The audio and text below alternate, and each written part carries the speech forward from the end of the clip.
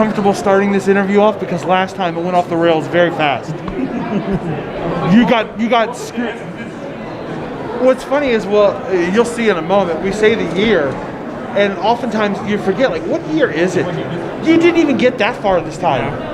It was astonishing. All right, you go ahead. Try it again. Let's see. Back on the bike. Let's do it. All right, here we go. Welcome to SPX 2023. Wow, that was. You did it slow, but you did it safe. I appreciate. Yeah, you know what? My name is Joe. That's Joe. Oh yeah, I'm Rusty. And with us today is Johnny Parker II. Oh man, Johnny, welcome. Welcome. Thanks for having me. Yeah. You know, when you say the second as the end of your name, it really adds an air of importance. It does. It does. Yeah, because I'm a junior. But if I was a second, I'd be crushing. Exactly. It's like a legacy. Yeah, exactly. Exactly. It's a legacy. It's like the crown without wearing the crown. Oh, yeah. I am compensating for the junior. And you're like, I'm a second, no crown like, needed. no, put the crown on. No. You're just putting it out front. You letting them know when they see you. You're making sure they're recognized. That's all I want. He's like, put the crown on the name. Exactly. We're like, affirmation, baby. That's all I want. There you go. By the way, I gotta say, I love the microphone handles you got right here. Oh, thank you. SPX and the faces on there. Well done, gentlemen. Thank you. The promotion is on point. We try to put our heads on the things as many things as possible. We put them on our shirts. We had our heads on pillows. Oh, we nice. left them at home. So yeah, we have everything. Pillow heads. We've had buttons. We've had all kinds of. It's a whole thing, you know. I love it. Low key gives me like WWE, like WWF vibes. Oh yeah. So I got to give a shout out to my favorite wrestler real quick. Please. And be like, so what you want to talk about? Mr. Cody. It's Cody Rhodes. Finish the story, sir. Finish the story. I thought he was gonna, and they said like, how about you don't? Yeah. And now it's months later. He's like, let's do another volume. Let's keep it going. Now, I follow wrestling religiously. I say, love it. You have come to the right place for wrestling. We can talk about that later. We got to set that aside because we have to talk about something very important. Tell us about your comic. I'm more than happy to. So my name is Johnny Parker II. I'm a comic writer. I'm originally from Detroit, Michigan, 313, but now I live out in LA, and I write a variety of different books.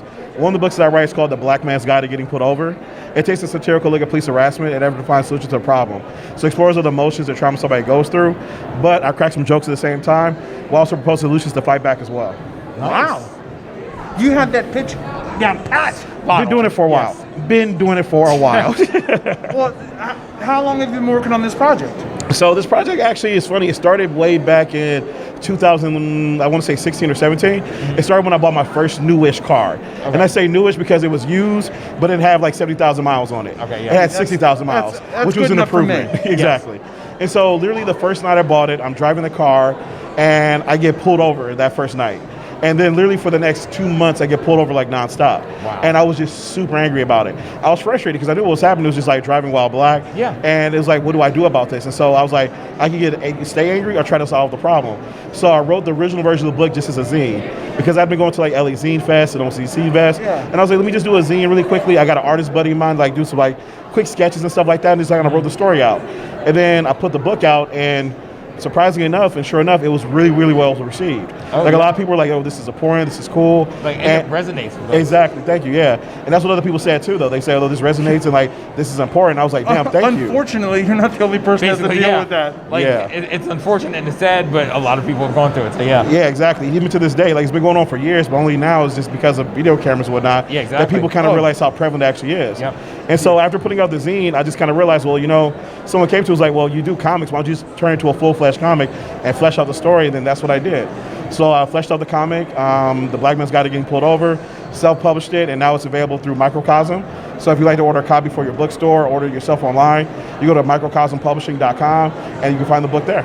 Nice. It sounds great. Yeah. Thank you. So now you mentioned that you're trying to like come at it from a satirical angle. And I'm guessing it's because it's a very tough subject. Oh, big it's time. not fun. Big so time. how do you make this medicine a little bit sweeter, you know? So I cracked some jokes in there about like things, for example, things will get you shot by the police. Everything from a traffic stop to trying to shop for groceries to trying to take a low interest loan at the bank because brothers aren't allowed to have good credit. And so like I throw in jokes like that. And then also like put in the comparison where I show the dichotomy of conversations. Like for example, I'll show the conversations that black fathers have to have with their sons, but I also crack jokes about the conversations that white fathers have with their sons. When little Billy asks his dad, how do I slip into some DMs? Right. And so I just play around with a lot of those like different tropes and whatnot because I want to like, you know, attack this serious subject matter, take it seriously, but people don't always want to be preached to. Yeah. A lot of times people want to have a dialogue, they want to like be able to like laugh about some stuff, Yeah. and so it makes it more like, you know, digestible in a way. And Yes. approachable. Approachable. Like, you know, like, yeah, digestible is the perfect word. Yeah, it helps to keep it from just being a dry subject. You know. Exactly, because I remember one of my favorite comedians, like, well, actors, Seth Rogen, got a great point. He talked about all the movies that win Oscars every year, and a lot of those movies will do like serious subject matter. But he's like, if you asked me what won the Oscar 10 years ago, you wouldn't know. But if you ask someone to quote a line from like Pineapple Express or Superbad, Yes. they give you a line immediately. Oh, yeah. And that's because comedy is so much impactful. It's a hard art form to do, Yeah. but when you do it right and you mix in actual like social matter, you have like a message as well, it's going to make it that more powerful. very much so. Yeah, it's kind of like it gives it a stickiness that, like, you know, it stands around with you. Exactly. Yeah. So how you say the reception's been good for the book? It's been really dope, honestly. Like, it's been surprising. Like, I'm here at Small Press Expo for the first time. It's one of my #1 sellers on my table, and that's been really great. cool. And then over the years of selling the book, people always like really well received, and it's actually led to like a lot of like great conversations as well. Yeah. When I first started doing the book, I remember some people would come up and be like, because when I did the first version of the zine, one guy came up to me and was like, "But what'd you do?" I was like, "What do you mean? Well, what'd you do? Like, you had to do something." Right. And it was like, "Nah, I didn't do anything. I was Literally just driving. nothing. Literally nothing." And again, it led to a good conversation. And what's been interesting though is since 2020, with all the protests and things along those lines, those questions we get asked anymore because people are like, "Oh no, you didn't do anything." Yeah, well, I get it. Yeah, exactly. Like right. the light bulbs have gone off, and they kind of realize like, okay, this is a problem. Yeah, I mean, so much of the ignorance is just because people aren't affected by it. They don't see it themselves. Yeah, exactly. It's not like people necessarily want to be blind to these things, but they're just dealing from what they've seen. Yeah, so Exactly, literally, exactly. if they don't see it with their own eyes, they just have no concept of it. That's Right, yeah, like- exactly. That's why I say, like, what did you do? Because, like, they can't imagine Yeah. the situation. Like, it's just illogical. This doesn't make any sense. exactly. It's like- which in a way kind of supports the ridiculousness of Yes. it. Exactly. You're like, yeah, it is illogical. Exactly. That's why I wrote a book about it. Right. Exactly. And it does make you angry because, again, you can't fathom it. And then when you think about, like, the people that are supposed to protect you are, like, pulling you over all the time, it just really sucks. And it's like, if I actually need help, why would I call you? Right. Yeah. And at this so, point- exactly. So it just leads to a lot of problems and whatnot. And so that's part of the reason why I brought the book, because even in the book, though, like I mentioned before, I try to like make this like, related to like other people's struggles as well. Because in the book, I compare when I talk about the conversation that black fathers have with their sons. Yeah. I also put in 4 panels which shows the conversations that women have with their daughters. Oh, yeah. Because they go through the exact same thing. Before women go out to this world, they have all these like different issues they have to think about, whereas we men, we don't always have to think about. Absolutely. If you're going home from the bar at night, I'll just stumble on home, get to the bar, lay down in bed, blah, Yeah. blah. For them, it's like, no, I need to figure this out. I need to either walk with somebody, Yeah, I need to have plan a ahead. car, Yep. I need to have like maybe my mace with me, all these different variations of things that you have to consider. And so I put that into the book as well because I didn't want the book just be a guide for like, quote unquote black people, but I wanted to show that like we all go through something that we need to be more aware of, more conscious about. Yeah, I think that's good because in a way it's kind of like somebody telling, like, we were just talking about autobiocomics, and it's kind of like an autobiocomic in that you're sharing this tale of yourself, but it's not necessarily the specificity that's going to connect with someone. It's going to be like the feeling or the general idea. And so I think it's smart that you were like, these are other variations of this, because somebody else might go like, oh, I've experienced this, so now I understand why it's similar to this. Exactly. And then, like you said, it builds those connections right there where they realize like, oh wait, I get harassed by people with the police, but then I'm just getting harassed in society in general. Or if you're an Arab person, you're getting harassed every day you go to the airport, something happens to you. It's just that we all go through these different struggles that we just need to be more aware of and talk about. Yeah. So that way we can address them and begin to create things, make things more fair for everybody. I mean, ideally, yeah.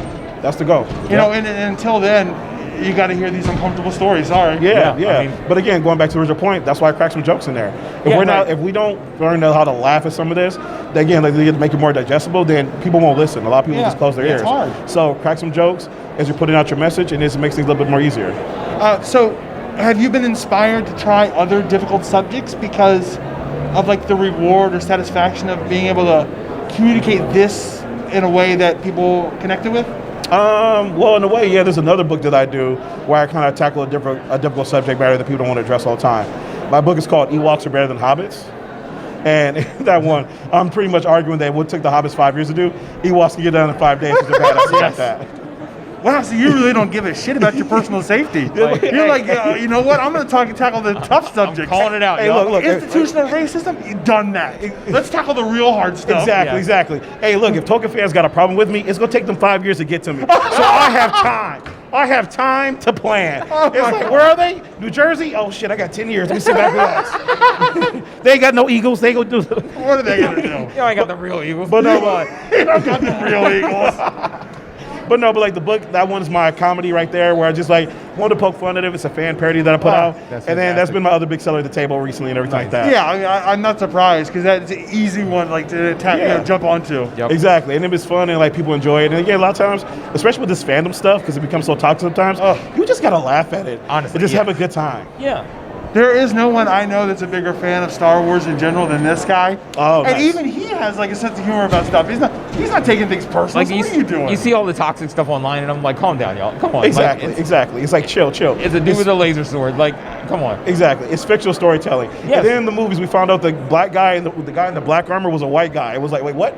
Like, huh? whoa. How'd that happen? And you know what's funny is, I mean, as a kid, none of that stuff occurred to me.